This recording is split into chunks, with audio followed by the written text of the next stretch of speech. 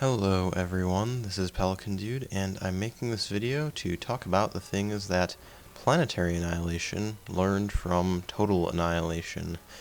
So I think that most people can agree that Total Annihilation is one of the better RTS games to have come out. It was revolutionary at the time when it did come out in 1997, and it's still a ton of fun to play today.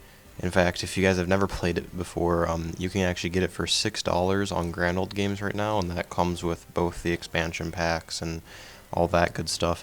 There's actually still a pretty good multiplayer community for Total Annihilation on Game Ranger and Warzone, and there's usually always at least a few games actually that you can join. So if you haven't picked it up, I would recommend it. It's cheap and it'll give you some fun. But anyway, TA, there's no game is perfect, even if it was a lot of fun. And TA was a great game. It is a great game, but it has its flaws. And a lot of them are probably due to the fact that when the game came out in 1997, it was pretty hard to patch a game. We didn't exactly have Steam or Origin or whatever online services to use back then. So TA only ever received one patch, the 3.1 patch. And that updated a few things. It added 6 new units to the game, fixed some bugs, and stuff like that.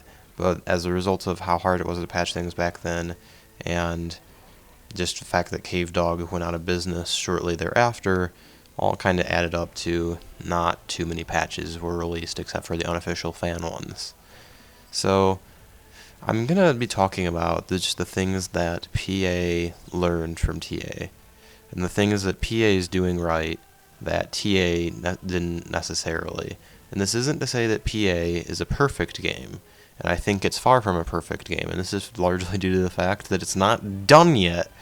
And I think that sometimes we give Planetary Annihilation a little too much flack for its lack of polish, because we don't have a unit cannon yet.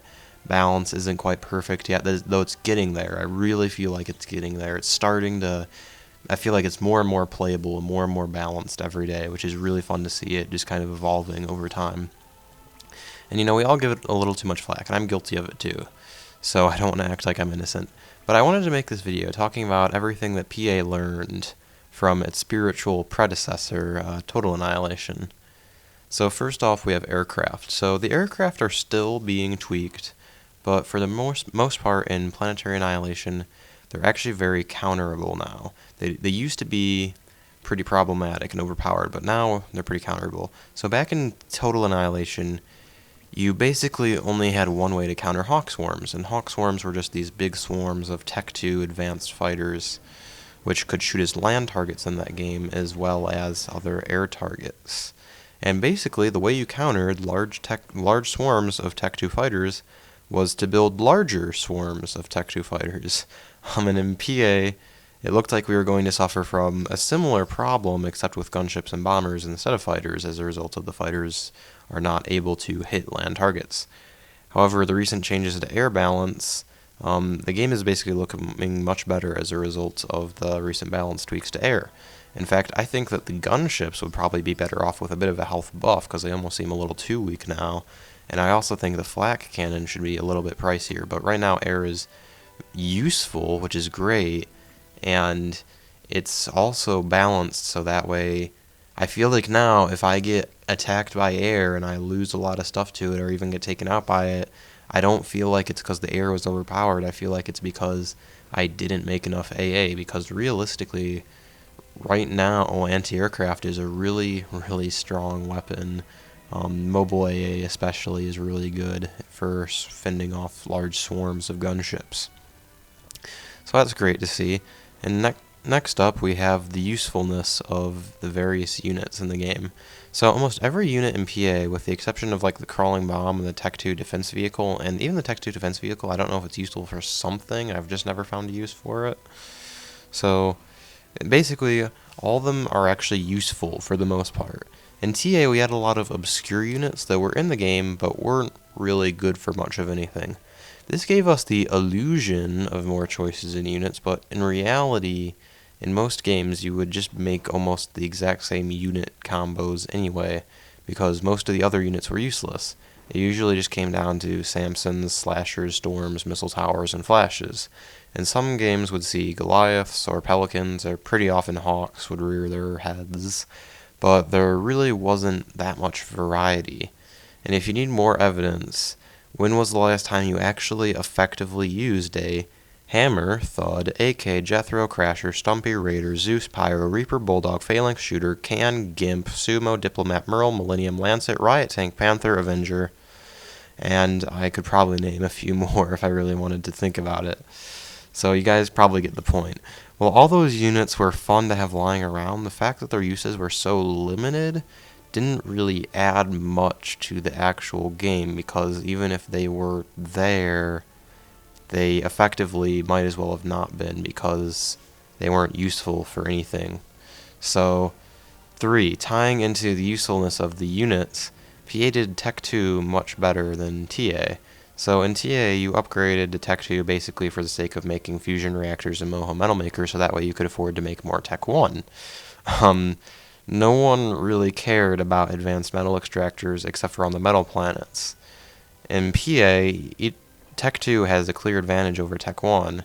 It both advances the units that are already present, where you've got, the assault bots that kind of, you go from the Tech 1 assault bots, and then you go to Tech 2, and it just becomes like this bigger, badder version, and more armored, it's a little slower, but more damage per second, stuff like that, as opposed to in TA we kind of had, Tech 2 tried to specialize a little too much, and it made the game feel kind of fun that Tech 2 was specialized, and Tech 1 was like the general grunt, so to speak, but unfortunately it made Tech 2 not quite as usable later in the game. You would just end up still making these hordes of Samsons and flashes and slashers and storms most of the time.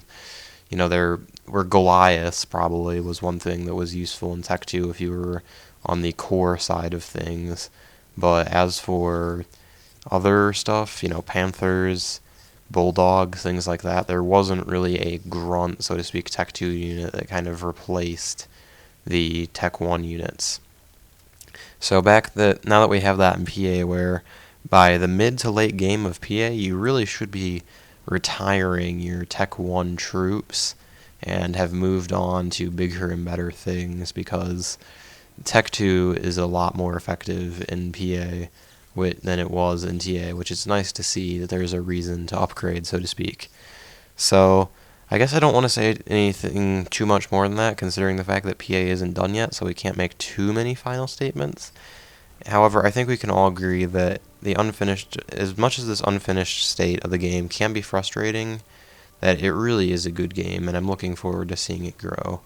So I'm not saying that TA was a bad game. It was a wonderful game, and I still love to play it, but I just think it's cool to see some of the things that PA is doing right that TA didn't quite get the first time around, so to speak.